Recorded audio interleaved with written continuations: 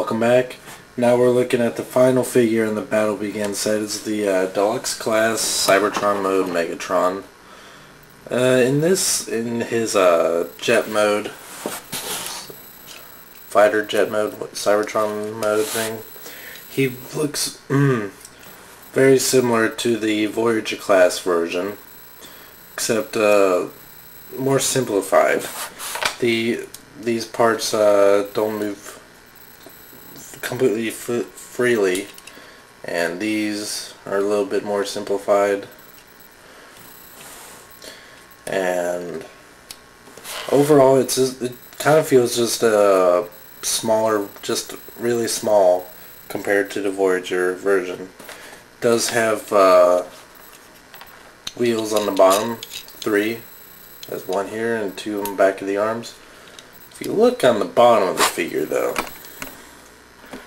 you can obviously see the robot's chest and head, and just by getting the wheels, landing wheels, you just fold up the arms. It goes this way. Yep, this is the front of it, just like the original one. Didn't fix the problem with the original design of it not really looking like the TV show version at all, and still has this main weird part as the cannon, as you'll see in a second.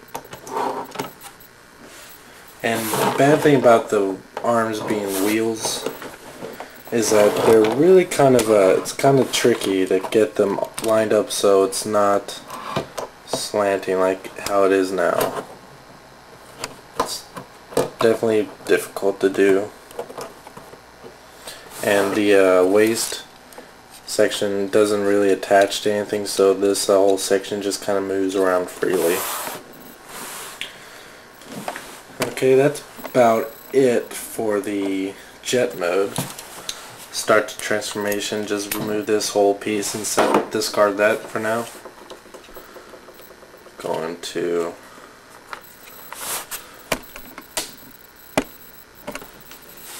separate this. We'll go look at this way. Rotate this whole leg down. Pull that up.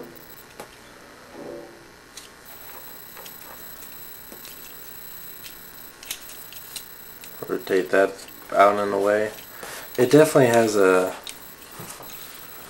different transformation than the original Voyager class version, which is kind of good since this doesn't feel just like a exact replica, smaller replica of the original. But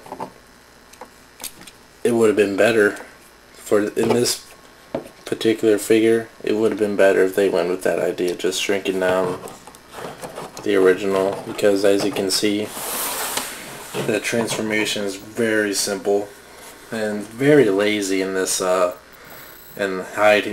As you can see, this isn't hidden at all. Now then we take the cannon, break it in half this way, then rotate that out and do that, and that makes his cannon slash blade, which they fixed the weapon for the Optimus one by actually making his axe look real. He has the basic hand design where he could hold a sword, so why didn't they just give him a small sword instead of having this, which he never ever has? I don't know. So, bad thing about this is actually pretty heavy in comparison to the figure itself, so it may, unless you have it really balanced like there, that's not balanced, but the legs are pretty loose, and then it'll want to tilt to the left and then kick this leg out. Unless you have this arm pretty close to the body. Like there. That's how I'm going to be displaying him, I guess. Two good things about this figure that I do have to say. One is, even though the cannon looks just like the Voyager Class 1, he can actually hold his cannon to the side and then still look Megatron-esque, I guess. Like if I were here, let me get a. Let's see if it goes again.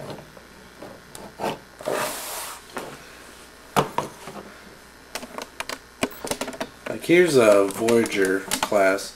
His cannon is so awkwardly placed that he's kind of, it just looks like he's carrying it, like he's holding it on the handle. On this one, it has the traditional, just G1 feel of it, just looking like it's mounted to his arm. So that's something I like about it. Also, it has this really cool joint in the torso here, which can allow for some additional playability there.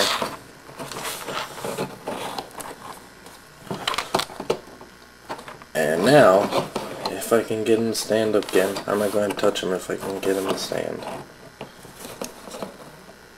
There. Just like the Optimus, he has battle damage marks all over him, but instead of black this time, he has a weird purple stuff, which I'm not too thrilled about, but it kind of blends in a little bit. It's not as noticeable as the black on Prime. And one other obviously kind of a difference between this and the Voyager is that instead of having pretty much a white body, he has this more darker gray, which is more accurate in what little we see of his Cybertron mode. He has more battle damage on his foot. He's definitely more dark instead of just that white as on the Voyager class version. As a display piece, he's okay. As a standalone figure, playability wise and robot mode, it's pretty good. Jet mode absolutely sucks. The transformation sucks.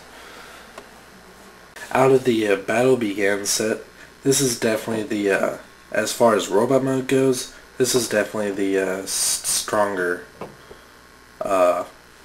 figure out of the set. The robot mode just looks a lot nicer than the Prime one.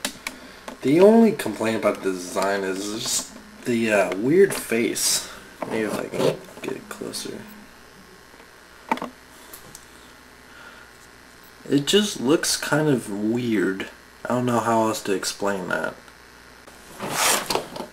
Robot mode's pretty fun. I'm gonna overall though, I'm only gonna give it a real 7 out of 10. The robot mode is really the only saving grace for this figure. If the robot mode was any worse, this would be a pretty crap figure. So, as a set though, as a set of both Optimus and Megatron, and with the DVD, it's a good starting point for kids for animated. So all in all, it's definitely more for kids, not for collectors.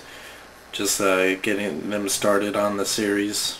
I'm going to give the whole set about a 7 out of 10. Until next time, thank you for watching.